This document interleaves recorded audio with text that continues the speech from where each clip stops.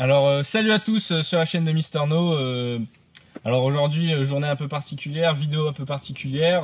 On va parler du Free Comics Book Day avec Jules de la chaîne Jules et Nico. Salut. Donc voilà. Donc on va vous raconter un peu ce qu'on a dégoté sur différentes... Avant, on va peut-être parler quand même du Free Comic Book Day et ce que c'est. Oui, bien sûr. Pour ceux qui savent pas, pour les blaireaux, et c'est pas négatif, qui sortent de je ne sais pas où et qui ne connaissent pas l'univers du comics. Normalement, si vous êtes sur cette chaîne, les comics, vous connaissez. En tout cas, le Free Comic Book Day, c'est quelque chose, comme son nom l'indique, qui est gratuit, qu'on peut récupérer dans toutes les bonnes librairies le 4 mai, en l'occurrence. Journée de Star Wars, d'ailleurs. Journée de Star Wars, effectivement, et la force est avec nous, puisqu'on a pu récupérer les Free Comic Book Day aujourd'hui. Donc, comme son nom l'indique, c'est complètement gratuit. C'est pas du tout gratuit, par contre, pour les libraires. Donc, juste un merci, c'est cool. Et vous pouvez aussi comprendre que des fois, on vous force, entre guillemets, mais force avec gentillesse et douceur, à l'achat pour justement pallier à ce que le libraire paie pour vous permettre d'avoir le Free Comic Book Day.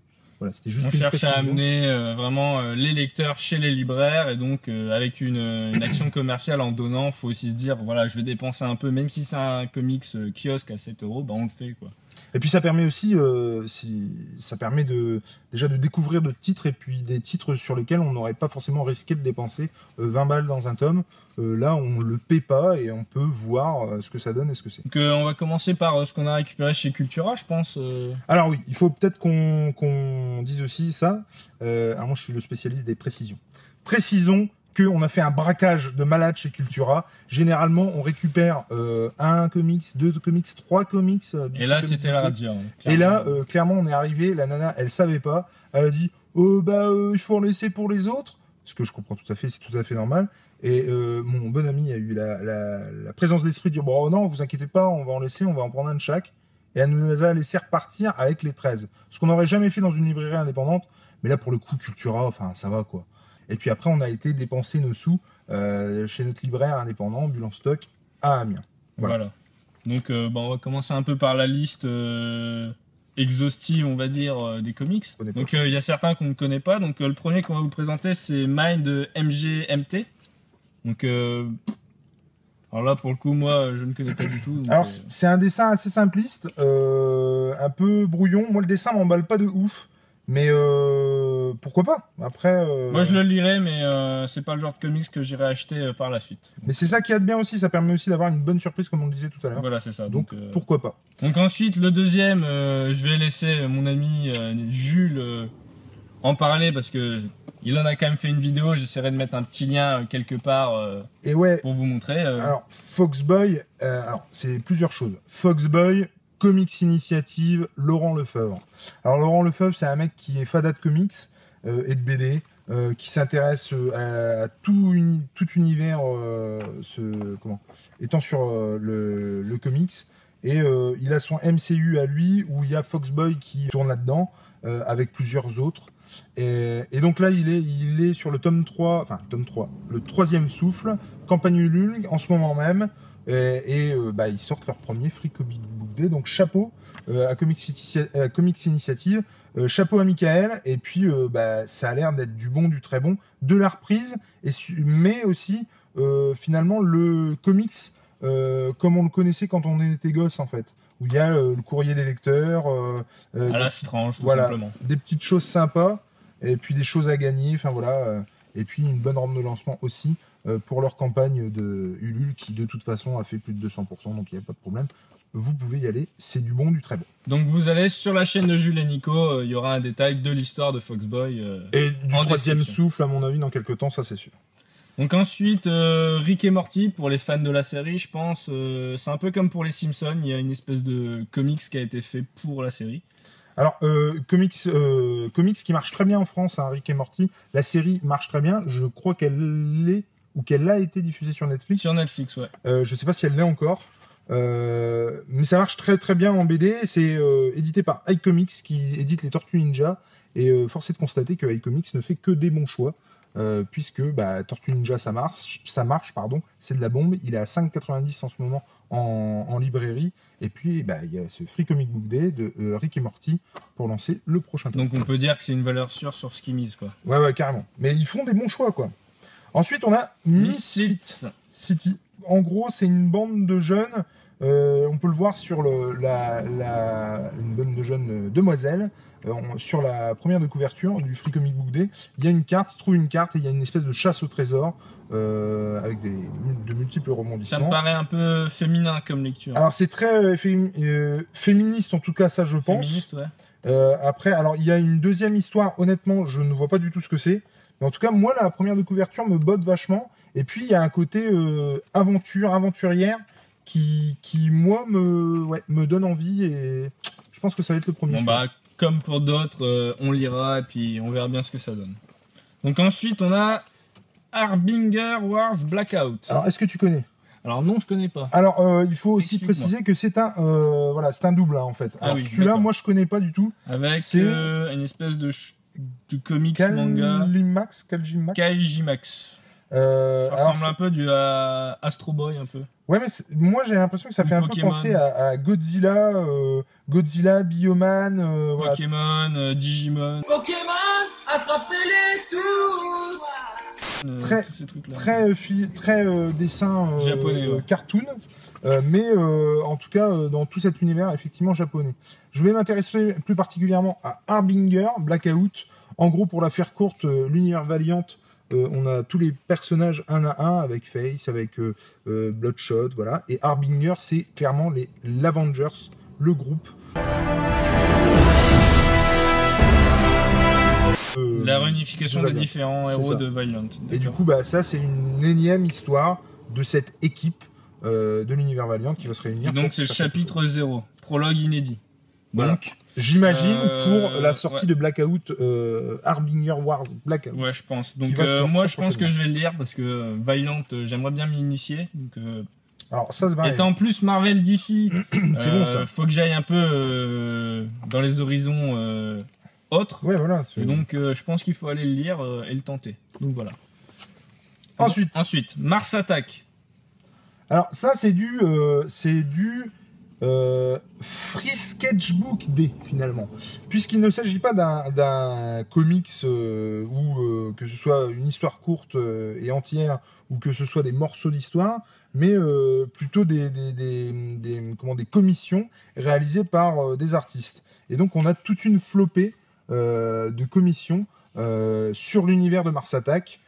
Avec du crossover au niveau des comics, en fait. DC, Marvel, principalement. Par différents artistes. Et donc, on a une petite image à la fin, celle de couverture qui est sympa, avec le petit Stanley qui m'a attaqué à un alien de Mars Attack. Donc, c'est assez marrant. Donc, du coup, voilà, c'est très agréable à regarder, c'est très agréable à avoir dans sa bibliothèque, c'est sur l'univers de Mars Attack, c'est très pulp. Et franchement, ça le fait grave. Et puis bon, ça change aussi d'avoir un petit livre, un petit livret de commission, plutôt que d'avoir une histoire à lire. C'est le plaisir des yeux. Ensuite, Animosity Tales. Donc toi, tu connais un peu? Alors je connais un petit peu la série parce que j'en ai beaucoup entendu parler, notamment par V de la chaîne V pour Valentin. J'avais vu un blog ou un vlog, un classement de comics, et du coup, il avait été vraiment sensible à Animosity. Donc ça, c'est un espèce de spin-off d'Animosity. Et en gros, c'est le dessin est vraiment propre, hein, faut le dire. Les animaux qui, parlent. Là, je cherche le mot. Oui, parlent, mais ont aussi la pensée. D'accord. Tu vois, et du coup rivalisent en ça avec les humains, et du coup peuvent communiquer avec les humains. Oui, donc du lourd. Alors du coup, il y a tout un tas de situations et des problèmes qui vont arriver que nous, en tant qu'humains, on n'avait pas pensé, mais en se mettant à leur place, on peut imaginer tout ce qui peut se passer. Et il me semble que cette histoire donc est concentrée sur le poisson qui est là. Et avec tout ce qu'il peut y avoir de marrant avec un poisson rouge qui, à mon avis, oublie et se rappelle à chaque tour de bocal. Ça peut être sympa. Donc ensuite, The Power of the Dark Crystal. Donc là, encore une fois, je ne connais pas. Alors, Dark Crystal, il me semble, alors j'espère que je comprends pas avec Labyrinthe, est-ce que c'est le même univers ou quoi, j'en sais rien. Alors on a deux histoires exclusives de Labyrinthe Shortcuts. Mais en fait, le truc, c'est qu'il me semble que c'est un film avec David Bowie, donc David Bowie quand même, dans les années 80-90, j'espère pas dire de bêtises, et du coup, il y a un côté comme ça culte de ça, et apparemment, Dark Crystal, comme Labyrinthe, va arriver chez et on a une petite marque Jim Henson qu'on peut voir là, créateur des Muppet Show. Du coup, je me demande s'il faisait Rue pas Sésame, Ouais, et du compagnie. coup, je Donc, me demande si, c'est quelqu'un qui avait différents univers. Donc, sur ces titres-là que j'ai cités, Labyrinthe et puis Dark Crystal, donc avec David Bowie, je me demande s'il faisait pas du coup l'animation. Ce serait illogique. bah, ce serait pas illogique, ouais. Le dessin est très féerique, très classe, mais très féerique. Et voilà, et ça peut... Ça peut plaire. Ça peut plaire, ça peut en séduire certains. En tout cas, moi, ça le fait. Ensuite, Atomic Robot. Là, encore une fois, Casterman, donc moi, j'y connais rien. Alors, moi, pour le coup, Atomic Robot, j'en ai beaucoup entendu parler. Tout ce que j'ai entendu sur Atomic Robot, c'était que du bon. Pour la faire courte, Atomic Robot, ce serait un mélange entre Chappie. Je sais pas si vous connaissez le film Chappie de... Avec Hugh Jackman. Ouais, comment il s'appelle le réalisateur? C'est pas grave, je le mettrai. Ouais, je me souviens plus. Et bref, donc en gros, c'est un Chappie avec des bollocks en fait. C'est-à-dire que c'est un Chappie qui tape du poing sur la table et puis qui prend les armes. De ce que j'ai entendu dire. Encore une fois, je ne connais pas. Ouais, un mix entre Iron Man et Captain America, quoi, en fait. Bah, ouais. Espèce de Iron Man, robot, Transformers, Bah là, on voit un robot, effectivement, qui en. Là, si tu montres les mêmes pages que je montre. Hein. En gros, pète un câble. Se laisse pas faire, voilà. Un robot qui se laisse pas faire. Donc, ça a l'air d'être du très très lourd, encore une fois. Donc, ensuite, on a du chez Delcourt Comics qui donc publie son Free Comic Book Day et qui publie Farm Hand. Et alors j'ai feuilleté un peu le truc. Alors le dessin est sympatoche. Donc il y a 3 histoires a priori. Donne envie et en fait en feuilletant j'ai vu des arbres. Alors des arbres avec des racines et alors j'ai lu un petit peu, enfin 2-3 bulles et des organes qui poussent. Donc j'avoue que ça m'intrigue beaucoup. Et faire pousser des organes, vous voyez là on le voit coupé et du coup il y a du sang, ça m'interpelle, ça m'interroge et du coup je me demande si dans ce bouquin là on cultiverait pas les organes et du coup bah ouais, ça me fait bon speech pour une série Netflix. C'est ça me fait me poser des questions et du coup j'ai envie d'en savoir un peu plus là-dessus. Bon ensuite comme vous le savez la vidéo sortira pas le jour J mais on aura du Star Wars pour la journée de Star Wars. Qui paraît plutôt logique, avec une histoire sur Poe Dameron de la nouvelle trilogie, donc pas celle que j'affectionne le plus, mais ça peut être sympa. Alors, il faut aussi savoir que c'est du Star Wars Adventure, et le Star Wars Adventure, qu'est-ce que c'est? C'est finalement le Star Wars qu'on met en place pour séduire un jeune public. Et c'est ce qu'on a fait d'ailleurs avec Star Wars 7, avec tout ce qui est Star Wars 8, tout ce qui peut comporter de marketing pour attirer voilà, les gamins là-dessus. Et du coup, le dessin est très gamin, très... Enfin, comment dire pour attirer un public jeune, quoi, clairement. Ouais. Très kids. Kids, même la BD kids, quoi. Voilà. Donc mais ensuite, ça reste du Star Wars, et ça donne. C'est du bon. Ensuite, Conan le Barbare en double édition avec les 4 Fantastiques. Yes. Donc moi je l'ai pris surtout pour les 4 Fantastiques. Hein, alors grand retour des 4 Fantastiques si je dis pas de bêtises. Alors si je peux me permettre, tu as tort parce que à mon avis, enfin tu as pas tort, tu as Conan parce que Conan, excuse-moi, je fais une petite parenthèse là-dessus. C'est Mahmoud Asrar qui fait le dessin. Et sans déconner, ça envoie pas du bois cette double page. Donc Mahmoud Asrar, c'est celui qui avait fait l'affiche du Comic Con Paris 2018. Il a un dessin de dingue, et rien que pour ça, ça vaut le coup. Et pour ne rien gâcher à l'histoire, c'est quand même Jason Aaron au scénario. Et du coup, ça ne peut qu'envoyer du steak. Après, j'espère que l'histoire ne s'arrête pas là, d'un seul coup, coupe en plein milieu. J'espère juste ça. Et effectivement, comme tu le disais, on a le retour des 4 Fantastiques. Donc le retour, ouais. De Pichelli ou Pichelli, je sais jamais, et de Dan Slott qui œuvrait sur le dernier run de Spider-Man avant que ce soit Ryan Otley. Et puis Ryan Otley et c'est pareil, tu le mettras parce que je me souviens plus, qui ont repris là le run de Spider-Man. Moi, le retour des 4 Fantastiques, c'est quand même l'équipe originale de Marvel. C'est la vraiment, première équipe, ouais. Voilà, et c'est quand même avec ça qu'a été lancé Marvel. Donc franchement, c'est juste pas possible de Je passer dirais à côté. plutôt, Retour des ouais, Quatre si Fantastiques. relancer pour la maison Ouais, des ouais. idées Oui, sous ouais. Timely, mais voilà. Bon après là, c'est en les 4 Fantastiques, personne ne sait quoi en faire. Le dernier film a fait un flop au Ouais, cinéma. Et Du coup, on avait voulu les faire disparaître parce que justement les films ne fonctionnaient pas. Du coup, on a dit les comics bye bye. Et Là, là, c'est bon, grand bah, on a un retour. retour. Donc, est-ce que c'est dû au retour chez Marvel Studios aussi? On espère. Donc voilà. Donc par la suite, Batman Damned. Donc avec Azzarello.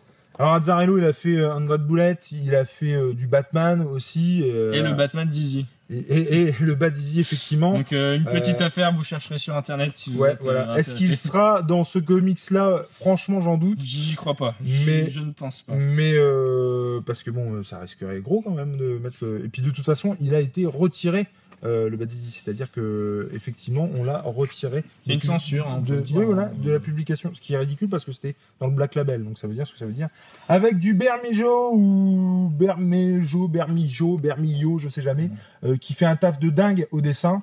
Ça décolle la rétine et il faut se jeter dessus.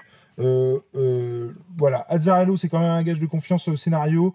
Au dessin, ça envoie du steak avec Bermejo, avec les Bermejo. Du coup, je vous encourage vivement à aller sur ce Free Comic Book Day. Merci d'avoir regardé la vidéo d'abord. Merci beaucoup. Allez sur la chaîne de Jules et Nico, parce que là je remplace un peu Nico, hein, même si c'est Ouais, sur ma chaîne. Et bah à la prochaine, laissez un pouce bleu, enfin un pouce en l'air, et laissez un commentaire, partagez, et à la prochaine pour d'autres vidéos. Ciao. Et lisez. Ciao, Lisez. ciao.